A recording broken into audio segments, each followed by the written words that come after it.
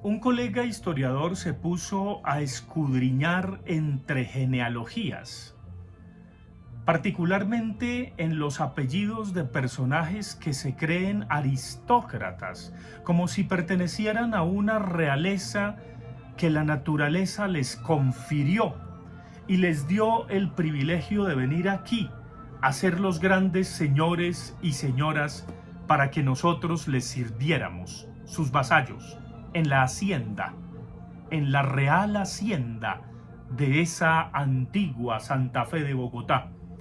Y resulta que los apellidos tipo Sanz de Santa María u Holguín Pombo correspondían a vendedores de salchichón, es decir, a personajes que tuvieron que convertirse al cristianismo, al catolicismo, aclarémoslo, para que la Santa Inquisición no los persiguiera por sus prácticas poco ortodoxas.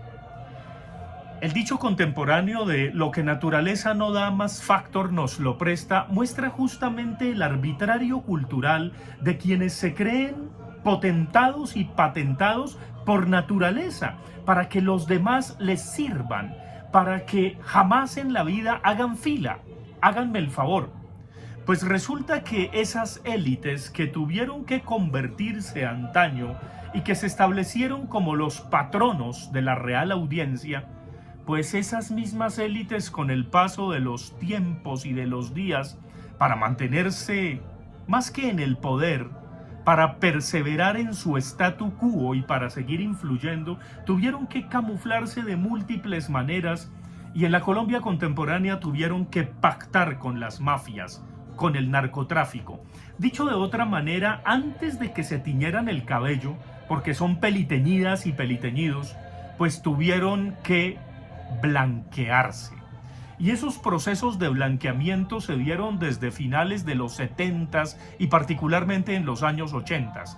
Pues bien, estamos asistiendo a unas élites que ya por lo menos en su arribismo ramplón, desgraciadamente no son ilustradas, siguen siendo déspotas, hablan un pésimo castellano, un patético español, ni siquiera saben escribir y lo único que saben es dar órdenes, pero que al pactar con la mafia se embrutecieron. Esas élites blanqueadas son las que desgraciadamente hoy gobiernan a Colombia y no quieren soltar el poder. Son las élites de la ñeñe política, son las élites familiares de Pablo Escobar, son esas personas de bien que cuando se les sacan los trapitos al sol, ya no de ser vendedoras de salchichón, sus tatarabuelos, sino de haberse blanqueado con la mafia, dicen fue una tragedia familiar. Pues esas personas desgraciadas, porque son desgraciadas, son las que hoy en la Feria del Libro de Madrid vetaron desde hace unos días a los principales escritores colombianos, que porque no eran neutrales. Háganme el favor, como si la literatura fuera neutral, como si las letras fueran neutrales, como si no hubiese que tener posición ética, estética, económica, cultural y política cuando se escribe. Pues bien, esas élites arrabaleras, ramplonas, siendo más digno el mundo del arrabal que ellas, son las que fueron a la Feria del Libro en Madrid a inaugurar la Feria del Libro, poniendo los libros envitrineados al lado de mochilas Guayú. Les faltó el indígena del Putumayo de adorno, como en aquel consejo comunal que hizo el duquecito en el Amazonas, en donde los indígenas eran piezas de museo. ¡Qué maldición y qué desgraciado este maldito presidente que tenemos! Y digo maldito porque lo único que merece es nuestra indignación en nuestras maldiciones.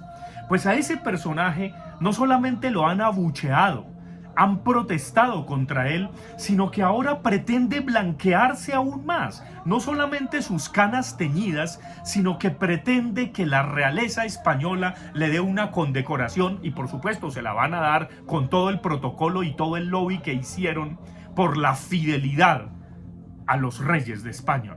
Me pregunto si los reyes de España querían que hubiese masacres de líderes sociales en Colombia. Me pregunto si los reyes de España patrocinan el asesinato de jóvenes que protestan contra la ignominia y la injusticia de este gobierno cobarde. Y me pregunto si los otros gobiernos del mundo estarían de acuerdo con condecorar, con reconocer, con aplaudir a este patético duquecito que ha sido el peor presidente de la historia de Colombia. ¿Están de acuerdo con eso?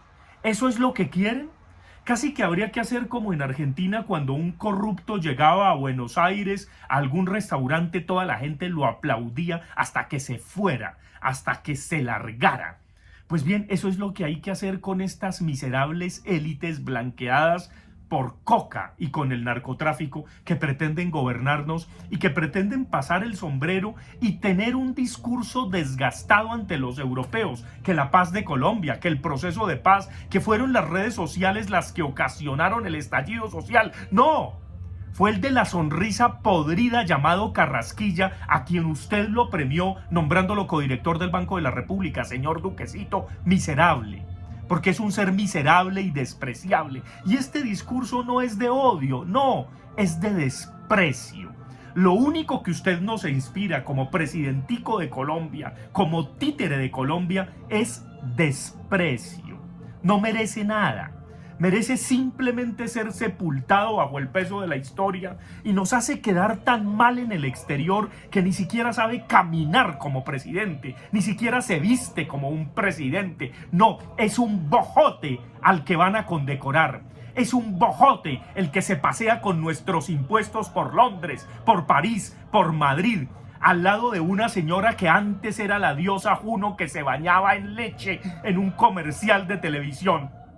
La vicepresidenta y canciller alias tía Martuchis. ¡Qué vergüenza! Que nadie les cargue el bolso, que nadie les rinda pleitesía, que efectivamente los y las colombianos y colombianas que sentimos tanta indignación por este gobierno mediocre, corrupto y por el narcoestado que pretenden continuar, les digamos fuera, fuera, fuera.